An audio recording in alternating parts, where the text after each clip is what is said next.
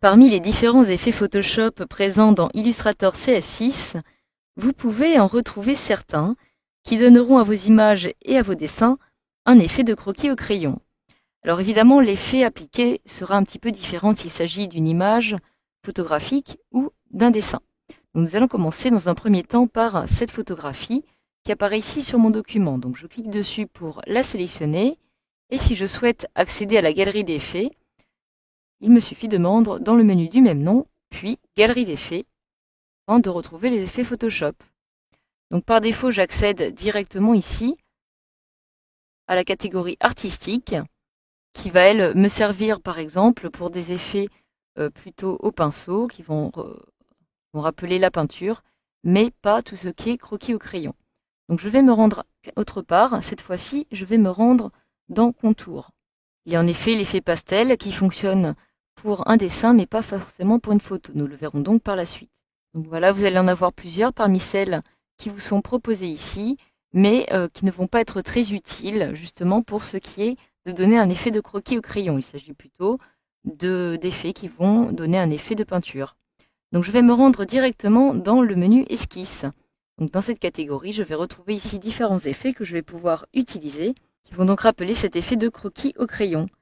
Donc parmi ceux qui vous sont proposés ici, vous allez pouvoir retrouver par exemple plume calligraphique, qui va donner justement un effet très intéressant à vos photographies. Alors vous pouvez ici, pour la plume calligraphique, spécifier la longueur. Donc évidemment, plus la plume sera longue, et plus vous aurez ici de grains, comme vous pouvez le voir. Vous avez aussi un peu plus de contraste qui va pouvoir être modifié avec cette deuxième petite glissière clair foncé. Donc pour accéder plutôt à des tons foncés, je me déplace vers la droite. Enfin, vous avez ici la direction de votre plume. En effet, en calligraphie, la plume ne va pas être utilisée de façon droite. Vous avez diagonale à droite, horizontale, diagonale à gauche ou verticale. En général, par défaut, c'est diagonale à droite qui est sélectionnée. Vous pouvez maintenant choisir horizontale et le sens de la plume a été modifié. Donc, le deuxième effet qui est intéressant est l'effet fusain. Donc lorsque je clique dessus, je peux ici spécifier l'épaisseur du fusain, augmenter ou non le détail, donc je vais réduire un petit peu pour l'instant, et clair foncé. Donc, je vais réduire tout cela. Je vais commencer par l'épaisseur. Comme vous pouvez le voir, plus je me déplace vers la droite, et plus le trait apparaît de façon épaisse. En dessous, je peux ici spécifier le détail, donc en décidant de l'augmenter en me déplaçant vers la droite. Plus je me déplace vers la droite, et plus il y aura de détails sur mon dessin. Ici, je peux maintenant décider d'augmenter la relation clair-foncé, c'est-à-dire le contraste qui apparaîtra sur mon image. Donc voilà, après vous allez avoir d'autres éléments, mais qui ne vont pas forcément correspondre à l'idée de croquis, mais qui rappelleront malgré tout le dessin. Donc il y en a un qui est aussi très intéressant, c'est le tampon. Donc avec le tampon, on dirait justement que vous avez appliqué un tampon directement sur votre dessin. Vous pouvez ici augmenter ou non le lissage, donc je vais le réduire un petit peu et augmenter le contraste de façon à avoir un petit peu plus de détails. Donc, je vais décider par exemple de conserver cet effet-ci. Je clique alors sur OK pour valider et j'ai maintenant ma nouvelle image qui a été créée. Donc cela fonctionne aussi pour les dessins que vous avez déjà réalisés avec Illustrator. Si je me rends par exemple sur celui-ci, je clique dessus pour le sélectionner et je me rends dans Effets, Galerie d'effets. Automatiquement, je retrouve le dernier effet que j'ai sélectionné qui est appliqué. Donc il s'agit évidemment de l'effet tampon. Donc cet effet est assez intéressant justement, puisqu'il met bien en valeur les contours de votre dessin. Vous pouvez retrouver de la même façon fusain, que vous allez donc pouvoir modifier de la même façon que pour votre image.